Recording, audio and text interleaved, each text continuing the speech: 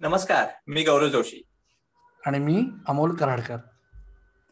आणि तुमचं सगळ्यांचं कॉफी, क्रिकेट आणि बरंच काहीवर स्वागत. मंडळी, आज चर्चेसाठी अर्थातच एकच मुद्दा आहे आपल्याकडे.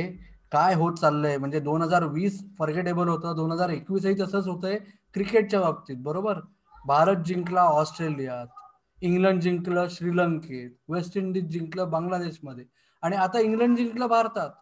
कसं काय बाहेर जाऊन सगळेजण देश जिंकतायत, हा मोठा मुद्दा आहे, तो आपण नंतर चर्चेला घेऊ. पण आज आपण टेस्ट मॅच संपल्या संपल्या सुरुवातीला गौरव तुला विचारायचंय मला की काय म्हणजे नक्की काय झालं की त्याच्यामुळे भारत हारला. अमोल, खरंच आणि एक आपल्या लक्षात केलंय, ही रवी शास्त्री इंडियाचा कोच आहे. त्याच्या अंडर रवी शास्त्री पहिला लॉस आहे इंडियाचा इंडियामध्ये, हे पण आपल्या लक्षात घेते. पण महत्वाचं हारले का? खूप पिच सिलेक्शन नेहमीच टिपिकल असतंच, पण इंडियामध्ये आपल्याला माहितीये की तुम्ही फर्स्ट इनिंग्स मध्ये तेवढ्या रन केल्या नाहीत, तर तो मार्जिन असतो तो परत भरायला, तुम्ही फर्स्ट इनिंग्स मध्ये खूप मागे पडला तर ते भरायला प्रचंड अवघड जातं. बाकीच्या देशात पण जातं, पण इंडियात आपल्याला माहितीये की चौथ्या आणि पाचव्या दिवशी ते भरपूर बॉल वळायला लागतो. इंडियाने 340 केले. हो, पिच थोडस टर्निंग होतं, इंग्लंडला ऍडव्हान्टेज होता, पण कुठेतरी तो 340च्या ऐवजी 420 430 त्यांनी करायलाच हवे. ते अनफॉर्च्युनेट डिसमिसल होते, पण थोडस कुठेतरी बॅटिंग मध्ये त्यांचं चुकलं, पण काही चुका घडल्या. बॉलिंगचं मी म्हणणार नाही, कारण पहिल्या 2 दिवस खरंच पाटा विकेट होतं. पण पहिल्या इनिंग्स मध्ये जेव्हा तुम्ही स्कोर करत नाही तेव्हा तुमची चूक होते, एस्पेशली इंडियामध्ये, आणि हे इंडियन प्लेयर्सला माहितीये. तर मला खरं म्हटलं तर तिथे थोडासा कॉशियस खेळली इंडिया, आणि त्याच्यामुळे हा मॅच हारलेली आहे. पण अमोल, एक शब्द मी आता वापरला, ते म्हणजे पिच. पण पिचनी खरंच एवढा फरक पडला? जेम्स अँडरसन काय हवेत बॉल हलवत होता रे. पिच म्हणजे काही फरक पडलाच नाही. पिचवर काय ब्लेम करायला नाही पाहिजे ना? काय वाटतं तुला? अगदी अगदी खरंय गौरव, पिचवर विशेष ब्लेम करण्यात काही अर्थ नाहीये.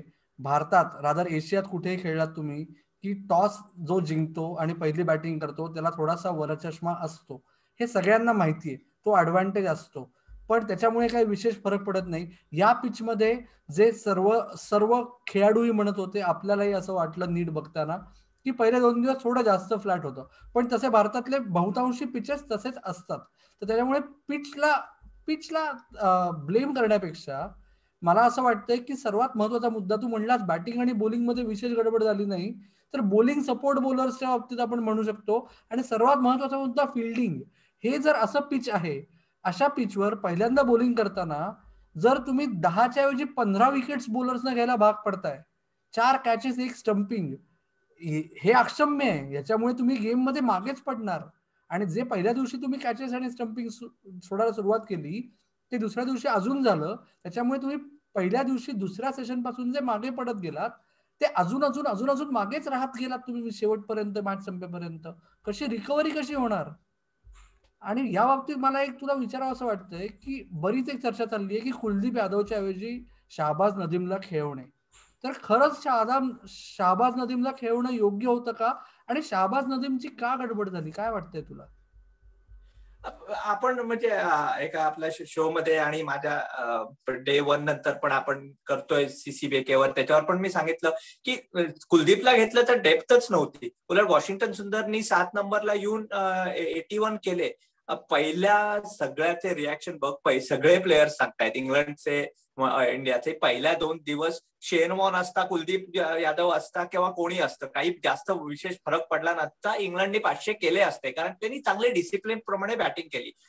नदीमचं बोलायला गेलो तर तू आज बघितलं, जॅक लीचची जेव्हा बॉलिंग करत होता, तो साधारण 87 88 89 किलोमीटरच्या नावावर त्या वेगाने बॉलिंग करत होता. नदीमचा जो नॅचरल पेस आहे 82 83 आहे. तर तुम्ही म्हणाल की जास्त फास्ट का नाही टाकू शकत, तर तेवढं सोपं नाहीये. जसं तू जर सांगितलं शार्दूल ठाकूरला किंवा कुठल्या फास्ट बॉलरला तू 135 हून 140 वर टाकायला लाग, तर त्याची पण अॅक्युरेसी जाते. आणि जेव्हा स्पिनर, जसं मुरली कार्तिक पण म्हणत होता, जेव्हा स्पिनर म्हणजे ट्रायज टू बॉल फास्ट, त्याची ट्रॅजेक्टरी बदलते आणि तो थोडा शॉर्ट टाकतो. आणि नदीमनी ह्या टेस्ट मॅचला तसंच केलेलं आहे. सो आणि प्लस त्यांनी प्रेस कॉन्फरन्समध्ये नंतर सांगितलं की माझी जी जम्प असते टू द क्रीज ती कुठेतरी चुकते, त्यामुळे मी एवढे नो बॉल टाकले. सो त्याच्याकडे रिदम नव्हता.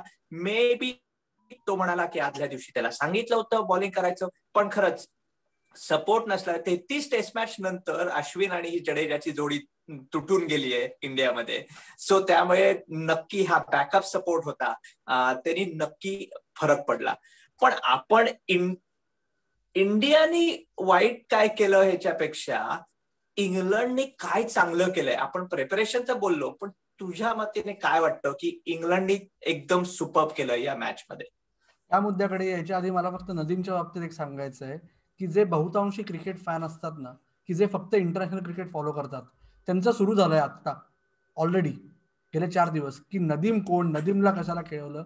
तर मित्र हो, हे लक्षात ठेवा, शाहबाज नदीम हा प्युअरली स्पिन बॉलिंगच्या स्किल्सवर तो आर अश्विन एवढाच चांगला स्पिनर आहे भारतातला.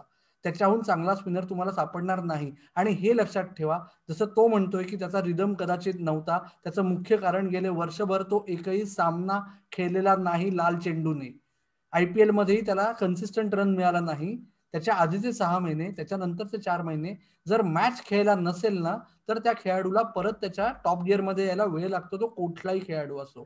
आणि आता तू म्हणतोयस गौरव की इंग्लंडनी काय केलं ज्यांनी मला सरप्राईज झालो मी, तर ऍब्सोल्युटली काहीच नाही. इंग्लंडनी अत्यंत चोख क्रिकेट गेले 5 दिवस दाखवले आपल्याला. सगळ्या बाबतीत टिक मार्क. बेसिक पहिली गोष्ट त्यांच्या बाजूने घडली, टॉस जिंकला, सर्वात चांगलं. त्याच्यानंतर तुम्ही टॉस जिंकल्याचा फायदा करून घ्यायला पाहिजे, 550 रन केले, टिक. त्याच्यानंतर तुम्ही टाईट बॉलिंग केली, भारतीय फलंदाजांना चुका करायला भाग पाडलं. आणि याच्यात तुमच्याकडे 2 नौखे स्पिनर्स असताना 2 अत्यंत वेगळ्या पद्धतीचे, वेगळ्या स्किलसेटचे गोलंदाज तुम्ही जे घेतले होते, त्या दोघांनी स्वतःची जबाबदारी चोख, अत्यंत चोख, पुन्हा पुन्हा चोख म्हणतोय पण त्याला पर्याय नाहीये, सगळ्या बाबतीत त्यांनी टिक मार्क्स केले. आणि त्याच्यामुळे रिझल्ट असा दिसला की एक टीम, आणि त्याहून महत्वाचं की जसं आपण या पहिल्या सिरीजच्या आधी म्हणलं होतं की इंग्लंड ही एक टीम अशी आहे की जी सर्वात चांगली प्रिपेअर्ड आहे. आणि त्याच्यामुळे मला असं वाटतं की काही लोकांच्या लक्षात येत नसेल, गौरव जोशी तुम्ही ट्विट केलं, ती माझ्याही डोक्यात गोष्ट आली होती की सलग 6वा परदेशातला कसोटी सामन्यातला विजय हा हे सहज असं होत नाही किंवा चुकून होत नाही. त्याच्या मागे खूप प्रयत्न केलेले असतात आणि ते सगळे प्रयत्न या आठवड्यात फळाला आले. बरोबर गौरव? ऍब्सोल्युटली अमोल, अगदी बरोबर आहे. नक्की इंग्लंडला क्रेडिट मानलं पाहिजे. तू म्हणालास तसं की 100% सगळं ते करायचं होतं ते टिक केलं. परफेक्ट गेम म्हणतात ते तसं इंग्लंड खेळलेली. आणि त्यामुळे ऍक्च्युली खरं सांगू, आपण पण आपल्या पॉडकास्टमध्ये म्हणलेलं की हा खरंच धोकेदार मॅच आहे ही, कारण प्रिपरेशन नव्हतं इंडियाला. आणि तो ऑस्ट्रेलियाचा हाय होता, त्याच्यानंतर एकदम थोडस जमिनीवर पाय यायला कदाचित वेळ लागेल, आणि तसंच झालं. त्यामुळे भरपूर दुसरा टेस्ट मॅच आणि पेक्षा ह्या सिरीज मध्ये आता प्रचंड इंटरेस्ट आलेला आहे. त्याच्या आपल्या सेकंड टेस्ट मॅच बद्दल आपण जास्त आपल्याला माहिती जेव्हा मिळेल तेव्हा आपण नक्की बोलू. पण आपलं हे सगळं पॉडकास्ट आणि आपले व्हिडिओज कुठे बघता येईल ते आपल्या लोकांना सांग. जरूर गौरव. तर मित्र हो, कॉफी क्रिकेट आणि बरंच काही तुमच्या लक्षात आलं असेल. एस्पेशली पॉडकास्टवर आम्ही पहिल्या कसोटी सामन्यात एक प्रयोग अवलंबला की आम्ही दर दिवसाचं समीक्षण आयदर गौरव किंवा अमोल करत होते. तुम्हाला तुमचा प्रतिसाद त्याचा अत्यंत चांगला आहे. तर आम्ही प्रयत्न करू की हाच प्रयत्न आमचा सर्व सिरीज चालू ठेवू. प्रत्येक दिवसानंतर लवकरात लवकर आमचं छोटंसं एक विश्लेषण आम्ही तुमच्या समोर मांडू. त्याचबरोबर व्हिडिओ जमेल तसे आम्ही पब्लिश करू आमच्या समीक्षणाचे. ते तुम्हाला कॉफी क्रिकेट आणि बरंच काही या युट्यूब चॅनलवर बघायला मिळतील. आणि तुमचा अभिप्राय मात्र नोंदवायला विसरू नका. तुम्ही ट्विटरवर नोंदवू शकता, फेसबुकवर नोंदवू शकता, अथवा इंस्टाग्रामवर आम्हाला लिहू शकता. तिन्ही हँडल्सचा पत्ता आहे CCBK मराठी. तर ऐकत राहा, बघत राहा आणि आमची वाट पाहत राहा. धन्यवाद.